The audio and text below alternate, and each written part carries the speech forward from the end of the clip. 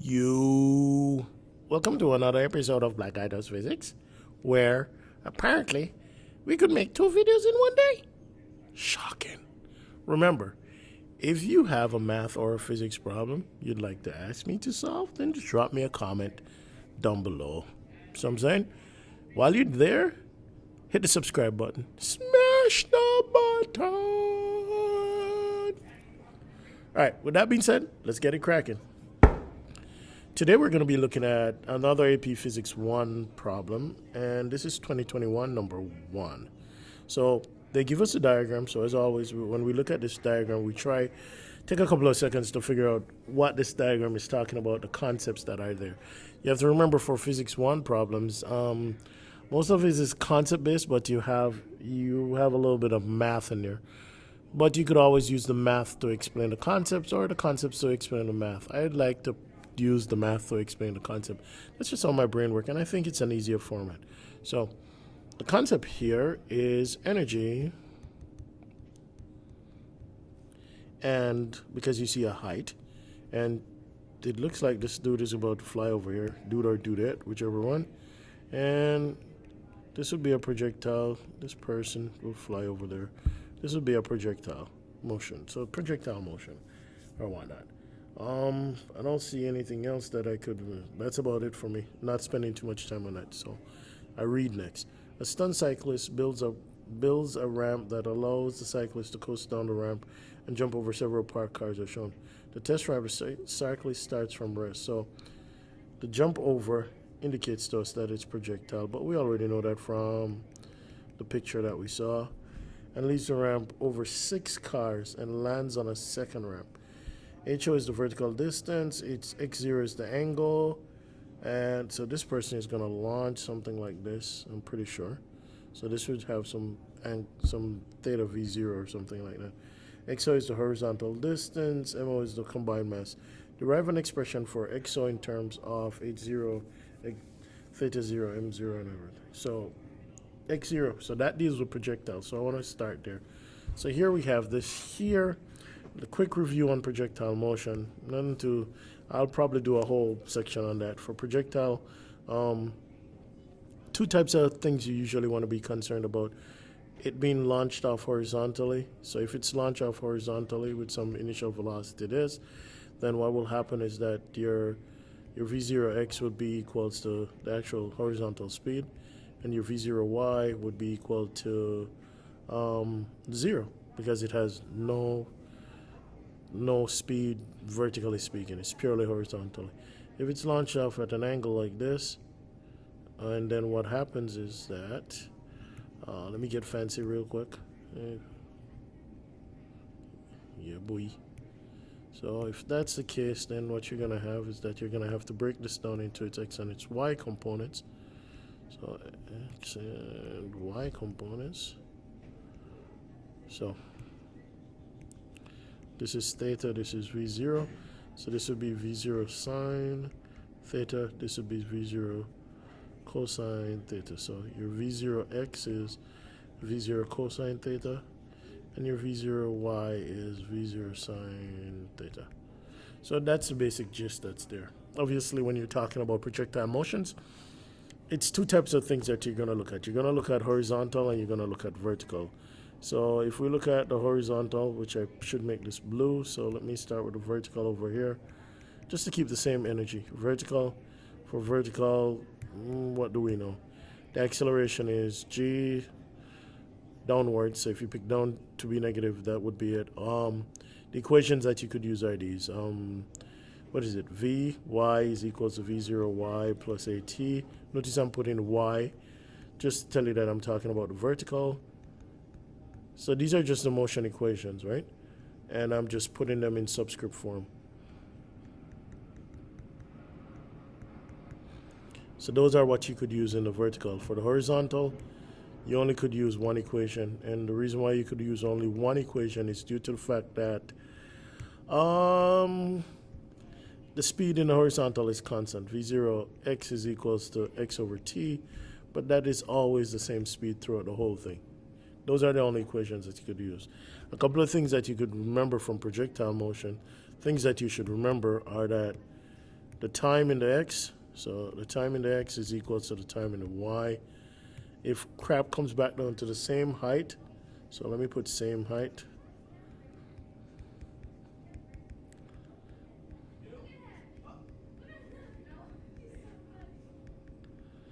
If that's the case, then what you're going to have here is that your y is going to be equal to 0. Your, what else is there? I think your v0y is going to be equal to the negative of vy. In essence, the speed that it goes up with, it's the same speed that it comes back down to the same vertical event. In another video, I'll explain all this junk, why this is so and all that. For now, you just got to believe me, son. And then the time up should be equal to the time down. These are all if they come back down to the same vertical level. You also should know that at max height, your Vy, crap, that's not a Y. Your Vy is going to be equal to 0. And your speed, your velocity is just the Vx at max height. So those are the things. If you know these basic things, you could solve any one of these projectile motion problems in an AP Physics 1 problem. That's it. So now they're going to say, okay, what is the speed, the XO that you want to find? So you're trying to find XO. So since they're trying to find XO, and we know that this is in the projectile part, X, then I go to horizontal. That's all I do. I don't think about it. I just go to the horizontal. So do I put it here? I don't think there's enough space for me to do it. So if I want to find XO, then the only equation that I could use, let me draw a line just to break this up. The only equation that I could use is in the horizontal. So horizontal,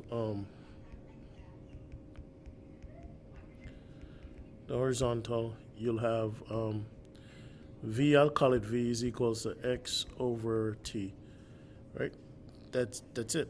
Or V0X, or V0X, sorry. Or Vx is equals to X over T. Now if I want to find X, let me put XO. If I want to find XO, then I would have to know T and I would have to know this. So these two things are missing. I don't know what these two things are, so I would have to go hunt. Notice I'm not trying to figure out nothing. I'm just making the equations do the work for me. I have to hunt. Now, I could go find the speed of this thing, or I could go find the time. Me personally, I would go find the time.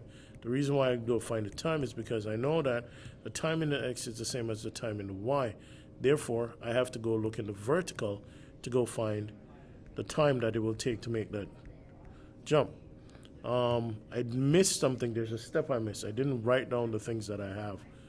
I don't have much anyway. I just know that it comes back down to the same vertical level.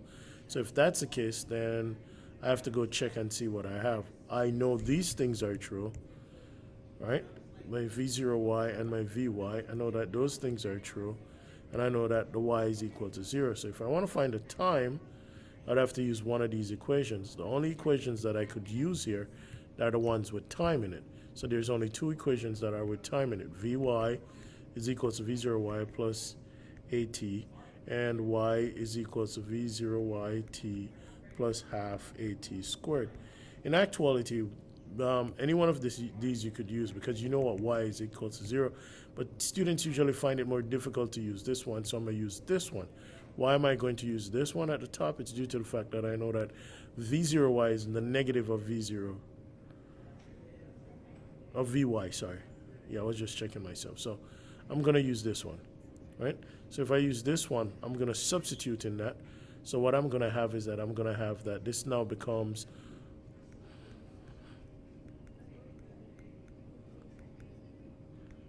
so notice if V0, sometimes students get confused there. If V0y is the same as minus Vy, then Vy must be the same as minus V0y. Let me say that again. I'll just move the minus sign. If V0y is the same thing as Vy, then Vy must be the same thing as minus V0y. They're just opposites of each other, opposite directions. So when I do that, I end up with minus 2V0y over A, and that would give me T. Now, if that's the case, then what I have is that I would have to figure out what V0y is, but that's my problem right there. That's my time. It is what it is, son. So I take this time and I substitute this time take this time and I substitute it there. So I'm saying? So now I know that maybe I should have put V0x here just to make life Gucci. So we could have now V0x is equals to x0 over minus 2 V0y over a. And if I math this out, this becomes, my a is g, negative g, right? Because I'm taking down to be negative. So this becomes, I'm going to move this to the top. If you can't do this math, man, my bad, but this is not the time for doing math. A is equals to negative g, so let me put that over here. I'm taking down to be negative. So let me even change it here, actually. Right? Let me add a page. Didn't know I would take 2 pages to do this, but it's the explanation. That's why it's taking long. The reason why I'm taking so long is because a bunch of students take a long time to understand projectile motions, right? So now that we know what t is and I substitute that, you're going to see that I'm missing my v0x and my v0y. That means that I need the speed at which this junk shoots off. I need the speed at which this junk shoots off here. I need the speed. So I would have to figure out how to get the speed here. Well, you notice before we said that this is also an energy problem. So I would have to notice that, oh, whatever speed the thing is going here, it must be the same speed the thing is going here. They even gave you like this to make sure that it's the same height. If you didn't understand that the speed here and here are the same, then that's fine. You could just do, I'm gonna show you how to do it. Let me copy this again. Copy, and let's paste. So it's a energy problem now. So with an energy problem, what you do is that you find your initial, you find your final. So my final position would be here. Let's switch that out. And then you take your y is equal to 0. My y is equal to 0 would be the lowest point. Yes, here would be your lowest point, and you'd be like, yo, black guy does physics. Why didn't I pick that point as a 0? Well, because that don't make sense, bruh. No, really. What it is that you can see that you don't have any height here. You don't know what this height here is. So this is the lowest point that you have some sort of measurement for. So you pick there as your low point, right? And then I could do this a short way, or I could do this a long way. I'm going to do it the long way just for explanatory reasons. Once again, once you pick that, then you go with this setup, which is UG plus US plus KE, KT plus KR equals to UG plus US plus KT plus KR plus WNC. And then you just check. These are all initials over here. So initially, what we have this. It's not a spring, so that's not there. I think they start from rest, so these two junks go away. And at the end, because this is your x, y is equal to 0 point right here, this is your final position, then you have none of this. You're still not a spring, bruh. You're moving, you're not rolling, because the object is just moving, and there's no friction being done, because they never mention anything about friction. So what you have is that the UG is equals to K translation, which is just, that is just mg hd0 in this case is equals to 1/2 mv squared, right? So you need to find what m0. So this cancels this. So you're gonna have v is equals to the square root of 2gh0. Now, side note, whenever you have a situation where something is falling from a height going to another height, or something is being thrown up from a height to another height, and there's no external forces such as friction or anything, then the relationship is always this. It's always either v is going to be equals to the square root of 2gh, or h is going to be equals to v squared over 2g. It is what it is, son. The gravitational potential energy is going to be converted to the translation kinetic energy. So you could skip all this junk that I just did and just go straight to this equation if you want. But this is a video for explanation, so that's why I'm explaining. My peoples. I don't know where that came from, but whatever. So that's your speed. So now we go back all the way here, and we see that We need to know v0x and v0y. And last time I checked, so I'll copy this. Copy. And we could see that v0x is equals to that. Therefore, we also see that v0x is v. It's going to be v sine theta. And v0y is going to be v cosine theta. So if I'm looking for x0, I'm going to rearrange. So we're going to have v0x to v0y all over g equals to x0. See that? So now I would have to put 2 times, I might have to move this 2 over a little bit. So it would be 2 times v0x, so that would be v cosine theta. I think I said sine theta before. Forgive me, children. I'm being a momo. So it would be the square root of 2gh0, right? v0 cosine of theta. And then you'd have v0y, which would be the square root of 2gh sine h0 sine theta. Let me move this over. Sine of theta equals x0 all over g. So if you knew what you were doing, this thing would take much shorter time. But you could see that it takes a while before, if you want to fully explain what's going on, to get this answer. You see what I'm saying? I think you could factorize out something. I don't know. But something like that. Probably could factorize out something. But that's what we have there. Oh, yes, I think math. Math. Let me see. Because it would be, well, not factor. You could multiply out, bruh. So this becomes 2 square root of 4 gh0, I think, squared.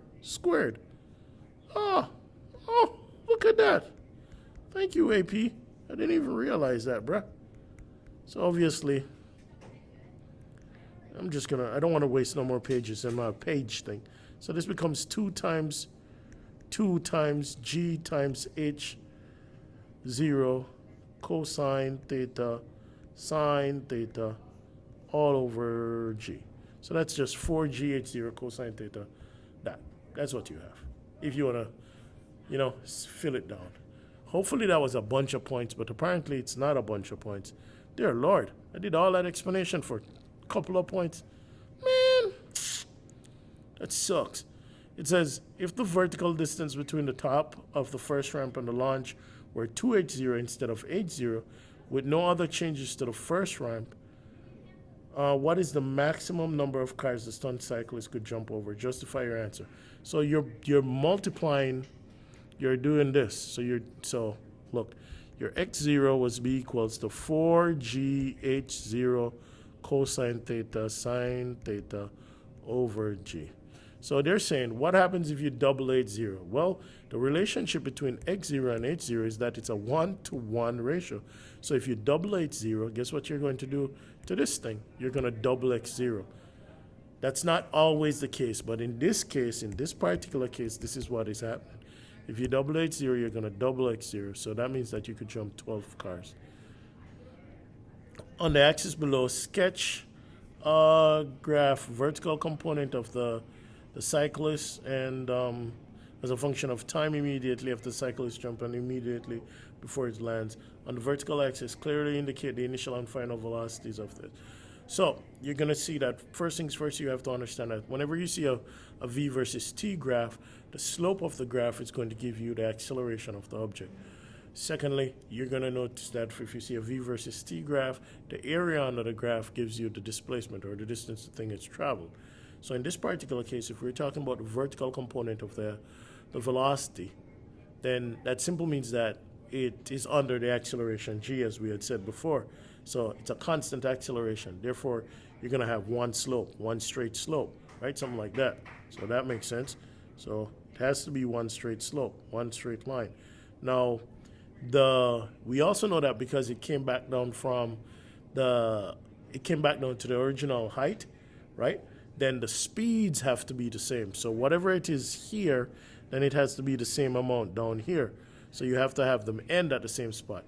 And I think the initial was like v0 sine theta, and I think if we go back here, The V was, what the hell was the V? It was square root 2GH.